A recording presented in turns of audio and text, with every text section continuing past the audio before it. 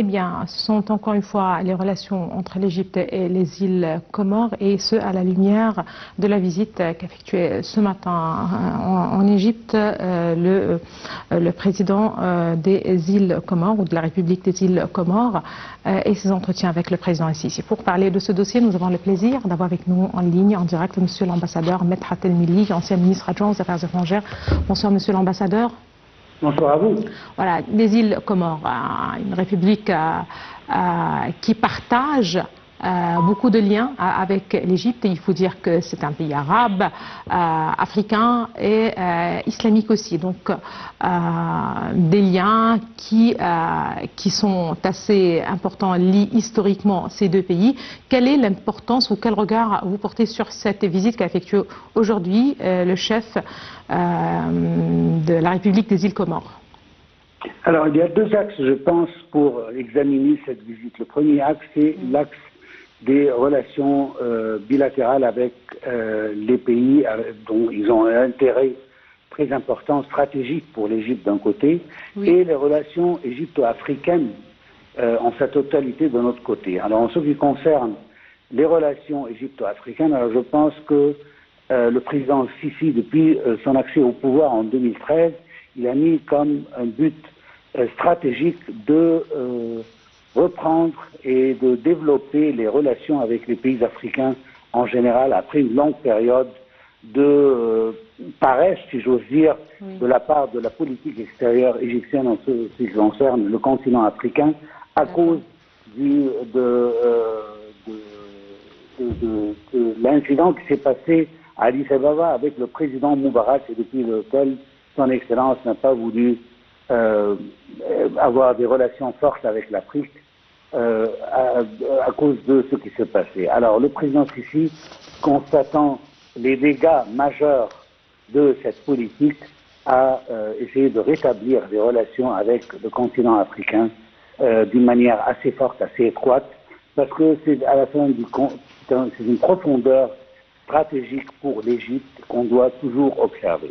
En ce qui concerne les pays, je veux dire les îles Comores par exemple, et les pays du Corne d'Afrique, malgré que les îles Comores ne font pas partie, mais ils sont trop intéressés par ce qui se passe dans cette région à cause de leur proximité de la région du Corne d'Afrique.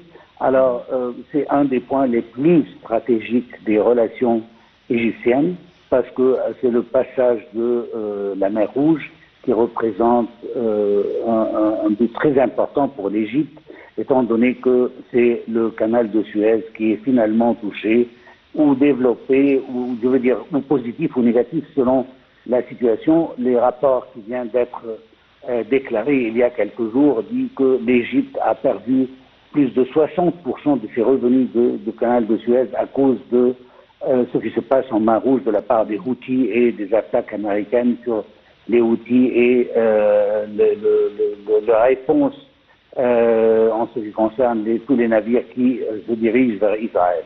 Alors cela, certainement, heurte l'Égypte d'une manière très claire, et du coup, on essaye de rétablir des relations très étroites avec tous les pays riverains de la mer Rouge et les pays qui ont intérêt dans la mer Rouge du premier degré, tels que cette fois les îles Comores. Vous avez cité dans votre rapport que les îles Comores, c'est un pays arabe. C'est une autre dimension à laquelle on peut voir aussi les relations entre deux pays arabes.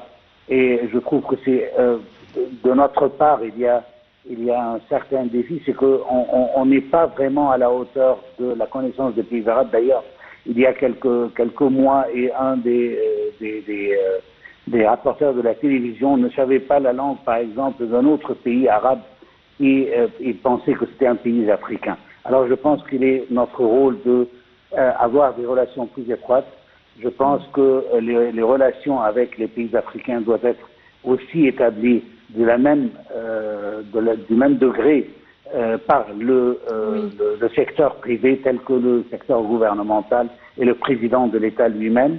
Alors là, il y a un devoir qu'on doit tous faire, c'est de renforcer les relations davantage avec les pays africains, en commençant par les deux pays, les deux blocs les plus importants. C'est le bloc des pays du bassin du Nil d'un côté et les pays de la Corne d'Afrique de notre côté. Certainement, les raisons sont claires pour tous les observateurs et tous les gens qui nous suivent. Très bien, les îles Comores sont plutôt francophones, si je ne me trompe pas, mais justement, c'est un pays aussi islamique, comme vous l'avez précisé. Beaucoup de liens sont là, justement, pour relier les deux peuples et les deux pays. Lors de sa conférence de presse, le président Abdel Fattah el-Sisi a insisté sur cette convergence de vues entre lui et son homologue, justement M. Osman, lorsqu'il a parlé surtout des questions d'intérêt commun. Comme vous l'avez justement précisé, il y a toutes les questions voilà, qui préoccupent l'Égypte, préoccupent aussi ses partenaires arabes et africains. Aujourd'hui, quand on parle par exemple de la situation au Soudan, parce que ça a été un dossier qui a été évoqué, la situation dans la bande de Gaza, à quel point justement cette convergence de points de vue ou cet échange, si vous voulez bien, pourrait-il être fructif aussi pour faire, je ne sais pas si je peux dire faire avancer les situations, mais justement pour parvenir voilà, d'un point de vue diplomatique, il faut toujours échanger et parler sur le terrain, c'est pas toujours le cas, mais ça reste furtif, et si je ne me trompe pas, d'échanger, de parler, de discuter. Alors, comme vous venez de le citer, c'est les îles Comores qui sont un pays francophone, mais aussi arabophone, oui, étant donné que c'est un pays arabe. Alors, je trouve que l'importance de cette visite vient du point que, quand même, il y a des points, malgré qu'ils sont membres de la Ligue arabe, mais quand même, il y a des points que des entretiens au niveau présidentiel peuvent être éclaircis pour le chef de l'État en ce qui concerne les deux dossiers, et même d'autres dossiers régionaux, étant donné que à la fin du compte, les îles Comores sont un pays africain, ils sont intéressés par tous les problèmes de ce continent, et la visite de ce point-là renforce encore l'idée de l'Égypte en tant qu'un pays pionnier sur la scène mondiale de la part du côté africain. Alors, il est très important d'organiser des relations avec l'Égypte et de mieux coordonner ces relations de sorte qu'on puisse être toujours au courant de ce qui se passe. Et je pense que c'est une des raisons pour laquelle la visite du président des îles Comores. N'oublions pas aussi qu'il y a beaucoup de projets bilatéraux entre les deux pays. Je le sais, qu'on donne beaucoup de bourses d'études pour des dizaines de bourses sont offertes aux étudiants comoriens pour ces études supérieures en Égypte, que ce soit notamment dans les domaines les plus importants tels que la médecine, ingénierie, agriculture et autres.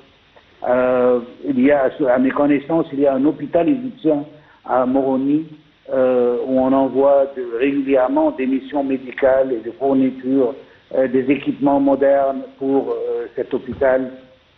Même dans le domaine de l'infrastructure, il y a plusieurs projets égyptiens qui visent à améliorer les réseaux d'eau potable, d'assainissement et de la modernisation des infrastructures énergétiques.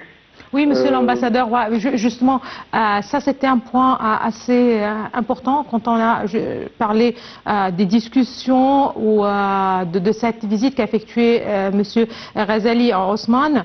Il faut parler ou rappeler que parallèlement à tout ce qui est rapport aux dossiers d'intérêt commun, les questions régionales et internationales, il faut dire les relations bilatérales. Comme vous l'avez mentionné, c'est surtout l'expertise égyptienne, cet échange entre l'Égypte et les îles Comores. Le chef de l'État a parlé de projets ou de la participation de l'Égypte pour mettre en place ou l'exécution de certains projets dans les îles Comores et qui font partie partie aussi de la vision des îles Comores pour le développement, pour un développement justement d'ici 2030.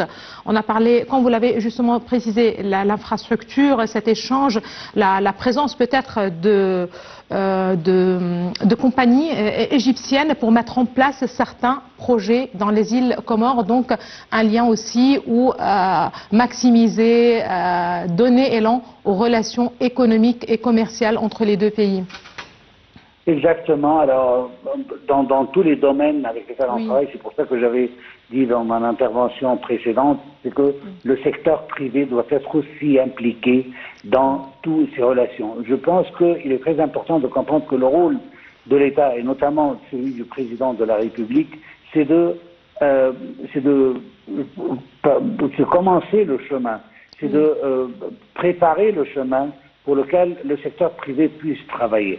Et je trouve que de ce côté-là, il y a beaucoup d'efforts qui doivent être établis par le secteur privé et qu'on doit aussi établir des relations qui sont étroites entre les compagnies égyptiennes et leurs homologues, que ce soit comoriens ou dans tous les pays africains, notamment les pays avec un intérêt stratégique, comme je l'ai précisé au début, parce que malgré tous les efforts, on ne pourrait pas servir tous les pays africains de la même manière. Alors, il y a des pays avec lesquels on a des relations stratégiques, et j'avais cité les zones de cet intérêt, mais aussi, je trouve que quand on reçoit des présidents, des chefs d'État et tous les autres responsables de ces pays-là, on doit les accommoder, on doit essayer de voir comment est-ce qu'on peut tailler des programmes spéciaux selon leurs besoins.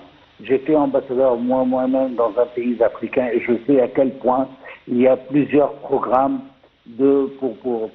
pour mieux avancer les cadres de ces pays africains, avec certainement une pousse additionnelle pour les pays avec qui on a des relations très étroites, avec des relations de fraternité très étroites depuis un grand moment.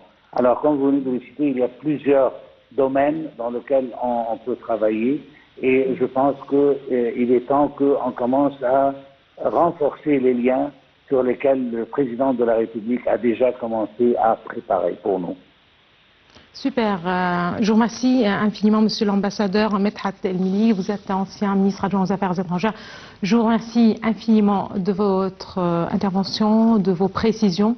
Merci à vous. Justement, c'est très intéressant de rappeler que l'Égypte, comme vient de le préciser aussi Monsieur l'ambassadeur, est présente. L'Égypte et ses compagnies privées même sont présentes dans des pays africains où il participe à la mise en place de certains projets. Donc l'expérience est là et la coopération, la volonté politique est aussi là. Madame, Monsieur, une petite pause et on se retrouve juste après.